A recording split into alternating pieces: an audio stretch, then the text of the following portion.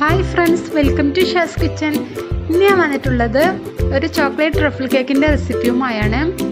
അപ്പോൾ വീഡിയോയിലോട്ട് പോകാം. അതിന് മുമ്പായി ഈ ചാനൽ ആദ്യമായിട്ട് കാണുന്നവരാണെങ്കിൽ ഒന്ന് സബ്സ്ക്രൈബ് ചെയ്യാം. അടുത്തുള്ള ബെല്ലൈക്കൺ കൂടി എനേബിൾ ചെയ്യാൻ മറക്കരുത്. ഇതിനായിട്ട് മൈദ എടുത്തിട്ടുള്ളത് ഒരു 3/4 കപ്പാണ്. ഒരു കപ്പ് നിറച്ചെടുത്തിട്ടില്ല. ഇനി ഇതിലേക്ക് ഒരു 30 ml കൊക്കോ പൗഡർ കൂടി ചേർത്ത് കൊടുക്കുന്നുണ്ട്. ഇനി 1 teaspoon baking powder, 1/2 teaspoon baking soda,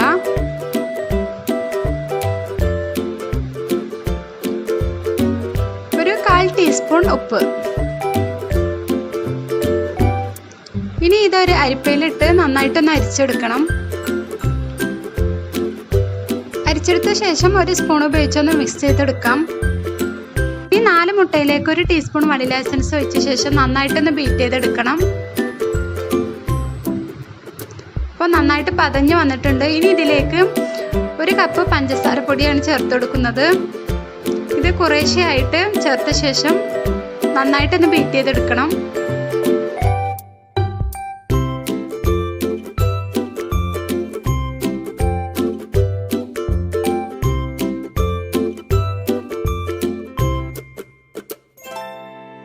പഞ്ചസാര പൊടിച്ചത് മുഴുവനായിട്ട് ചേർത്ത് കൊടുത്തിട്ടുണ്ട്. ഇനി ഇതിലേക്ക് ഒരു 30 ml സൺഫ്ലവർ ഓയിലാണ് ചേർത്ത് കൊടുക്കേണ്ടത്. ഇനി ഒരു 30 ml ബട്ടർ മിൽക്ക് കൂടി ചേർത്ത് കൊടുക്കുന്നുണ്ട്. അപ്പോൾ അധികം പുളിയില്ലാത്ത ബട്ടർ മിൽക്കാണ് ചേർത്ത് കൊടുക്കുന്നത്. നിങ്ങൾക്ക് വേണമെങ്കിൽ ഒരു 30 ml ചൂടുള്ള പാലെടുത്തിട്ട് അതിലേക്ക് 1 ടീസ്പൂൺ വിനീഗർ ഒഴിച്ച് ബട്ടർ മിൽക്ക് റെഡിയാക്കി എടുക്കാം. ഇനി അരിച്ചു വെച്ച ഡ്രൈ ഇൻഗ്രീഡിയൻസ് കുറേശ്ശെയായിട്ട് ചേർത്ത് മിക്സ് ചെയ്തെടുക്കാം. എപ്പോഴും പറയുന്ന പോലെ തന്നെ ഡ്രൈ ഇൻഗ്രീഡിയൻസ് ചേർത്ത് മിക്സ് ചെയ്തെടുക്കുമ്പോൾ ജസ്റ്റ് ഒന്ന് മിക്സ് ചെയ്തെടുത്താൽ മതി. അധികം ഇട്ട് ബീറ്റ് ചെയ്യരുത്, അല്ലെങ്കിൽ വല്ല സ്പാച്ചില വെച്ചിട്ടോ സ്പൂൺ വെച്ചിട്ടൊക്കെ ഡ്രൈ ഇൻഗ്രീഡിയൻസ് മിക്സ് ചെയ്ത് കൊടുക്കാം. അപ്പോൾ നമ്മുടെ കേക്കിന് ആവശ്യമായ മിക്സ് ഇവിടെ റെഡി ആയിട്ടുണ്ട്. ഇനി ഇതൊരു 7 ഇഞ്ചിൻ്റെ കേക്ക് ടിന്നിലേക്ക് ഒഴിച്ചു കൊടുക്കാം. അപ്പോൾ നേരത്തെ തന്നെ ഓയിൽ പുരട്ടി ബട്ടർ പേപ്പറൊക്കെ വെച്ച് മൈദപ്പൊടി ഇട്ടൊന്ന് ഡസ്റ്റ് ചെയ്തെടുത്തതാണ്. ഇനി ഇതിലേക്ക് ഒഴിച്ച ശേഷം നന്നായിട്ടൊന്ന് ടാപ്പ് ചെയ്തെടുക്കാം.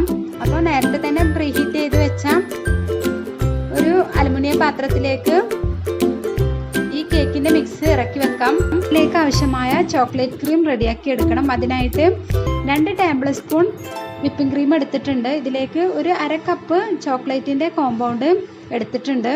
ഇനി ഇതൊന്ന് ഡബിൾ ബോയിൽ ചെയ്ത് മെൽറ്റാക്കി എടുക്കണം. അപ്പോഴേക്കും നമുക്ക് ക്രീം ബീറ്റ് ചെയ്തെടുക്കാം. അപ്പോൾ 1 കപ്പ് വിപ്പിംഗ് ക്രീമാണ് ഇവിടെ എടുത്തിട്ടുള്ളത്. ഇനി ഇതിലേക്ക് ആവശ്യമായ ഷുഗർ പൗഡർ കൂടി ചേർത്ത് ഒന്ന് ബീറ്റ് ചെയ്തെടുക്കണം. അപ്പോൾ ഫിയോനൻ്റെ വിപ്പിംഗ് ക്രീമാണ് ഞാൻ സാധാരണയായിട്ട് എടുക്കാറുള്ളത്. ഞാനിവിടെ ഒരു 3 ടേബിൾ സ്പൂൺ ഷുഗർ പൗഡറാണ് ചേർത്ത് കൊടുക്കുന്നത്. നിങ്ങൾക്ക് മധുരത്തിന് ആവശ്യമുള്ളത് ചേർത്ത് കൊടുക്കാം.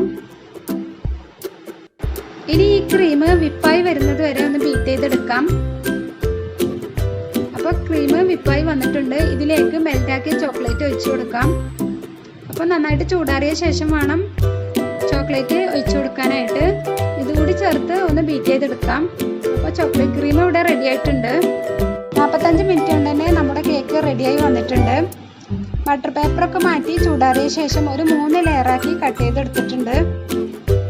ഇനി ഐസിങ് ചെയ്ത് തുടങ്ങാം. ഇനി കേക്ക് ബോർഡിൽ കുറച്ച് ചോക്ലേറ്റ് ക്രീം സ്പ്രെഡ് ചെയ്ത ശേഷം 1ാമത്തെ ലെയർ വെച്ച് കൊടുക്കാം. ഇനി ഇത് ഷുഗർ സിറപ്പ് ഒഴിച്ച് നന്നായിട്ടൊന്ന് നനച്ചെടുക്കണം. അപ്പോൾ ഷുഗർ സിറപ്പ് തയ്യാറാക്കുന്നത് 1/2 കപ്പ് ഷുഗറിന് 1 കപ്പ് വെള്ളം എന്ന രീതിയിലാണ് ചെയ്തെടുക്കാറുള്ളത്. അത് നന്നായിട്ട് തിളപ്പിച്ച് ഒന്ന് ചൂടാറിയ ശേഷം ആണ് കേക്കിൽ ഉപയോഗിക്കാറുള്ളത്. ഇനി ചോക്ലേറ്റ് ക്രീം സ്പ്രെഡ് ചെയ്ത് കൊടുക്കാം. ഇനി 2ാമത്തെ ലെയർ വെച്ച് കൊടുക്കാം. ഇത് നേരത്തെ ചെയ്തതുപോലെ തന്നെ ഷുഗർ സിറപ്പ് ഒഴിച്ച് നന്നായിട്ടൊന്ന് നനച്ചെടുക്കണം. ഇനി ക്രീം സ്പ്രെഡ് ചെയ്ത് കൊടുക്കാം.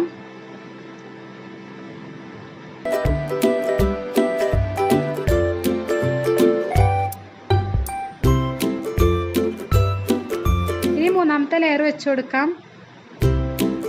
അപ്പോൾ കേക്കിൻ്റെ മുകൾ ഭാഗം ഞാൻ കട്ട് ചെയ്ത് മാറ്റിയിട്ടുണ്ട്.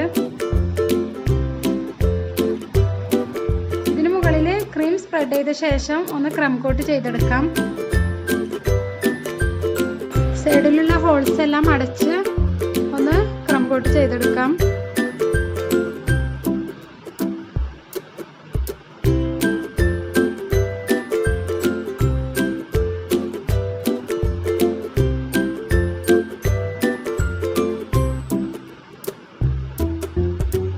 കോട്ട് ചെയ്ത് കഴിഞ്ഞു. ഇനി ഇതൊരു 10-20 മിനിറ്റ് ഫ്രിഡ്ജിൽ വെച്ചെടുത്ത ശേഷം ഫൈനൽ കോട്ട് ചെയ്തെടുത്തതാണിത്. തേർഡിലൂടെ സ്ക്രാപ്പർ ഉപയോഗിച്ച് ഒന്ന് ലൈൻസ് വരച്ചെടുത്തിട്ടുണ്ട്. ഇനി ഇത് നന്നായിട്ട് തണുക്കുന്നത് വരെ ഒന്ന് ഫ്രിഡ്ജിലേക്ക് തന്നെ മാറ്റാം. അപ്പോഴേക്കും നമുക്ക് ചോക്ലേറ്റ് ഗനാഷ് റെഡിയാക്കാം. അതിനായിട്ട് ഒരു 3/4 കപ്പ് ചോക്ലേറ്റ് എടുത്തിട്ടുണ്ട്. ഡാർക്ക് കോമ്പൗണ്ടാണ് ഞാനിവിടെ എടുത്തിട്ടുള്ളത്. ഇതിലേക്ക് ഒരു 1/2 കപ്പ് വിപ്പിംഗ് ക്രീം കൂടി ഒഴിച്ചു കൊടുക്കുന്നുണ്ട്. ഇനി ഒരു ടേബിൾ സ്പൂൺ അൺസാൾട്ടഡ് ബട്ടറാണ് ചേർത്ത് കൊടുക്കുന്നത്. പിന്നെ ഒരു 1/2 ടീസ്പൂൺ ന്യൂട്രിൻ ജെല്ല് ചേർത്ത് കൊടുക്കുന്നുണ്ട്. ഇതൊരു ഗ്ലേസിങ് കിട്ടാൻ വേണ്ടിയിട്ടാണ് ന്യൂട്രിൻ ജെല്ല് ചേർത്ത് കൊടുക്കുന്നത്. ഇത് നിർബന്ധമൊന്നുമില്ല, കയ്യിലുണ്ടെങ്കിൽ ചേർത്ത് കൊടുത്താൽ മതി. ഇത് ഡബിൾ ബോയിൽ ചെയ്ത് നന്നായിട്ടൊന്ന് മെൽറ്റാക്കി എടുക്കണം. ഇത് ചൂടാറിയ ശേഷം കേക്കിന് മുകളിലൂടെ ഒഴിച്ചു കൊടുക്കാം.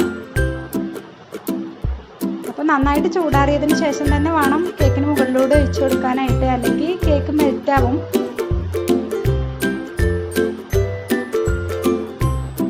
ടേബിളിൻ്റെ അടിയിൽ ഒരു പാത്രം വെച്ചത് കൊണ്ട് ഗനാഷ് മുഴുവൻ അതിലേക്ക് ഒലിച്ചിറങ്ങും. അപ്പോൾ നമുക്ക് ആ ഗനാഷ് റീയൂസ് ചെയ്യാനായിട്ട് പറ്റും.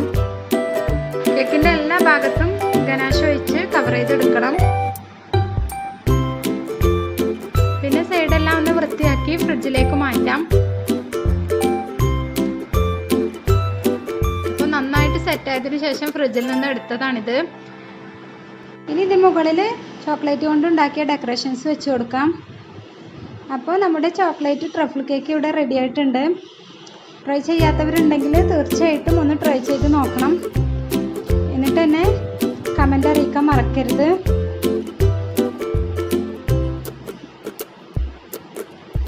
വീഡിയോ ഇഷ്ടമായിട്ടുണ്ടെങ്കിൽ ലൈക്ക് ചെയ്യാനും സബ്സ്ക്രൈബ് ചെയ്യാത്തവരുണ്ടെങ്കിൽ സബ്സ്ക്രൈബ് ചെയ്യാനും മറക്കരുത്. പിന്നെ വീഡിയോ നിങ്ങളുടെ കൂട്ടുകാരായിട്ടും ഫാമിലി ആയിട്ടൊക്കെ ഒന്ന് ഷെയർ ചെയ്യാം. Thank you.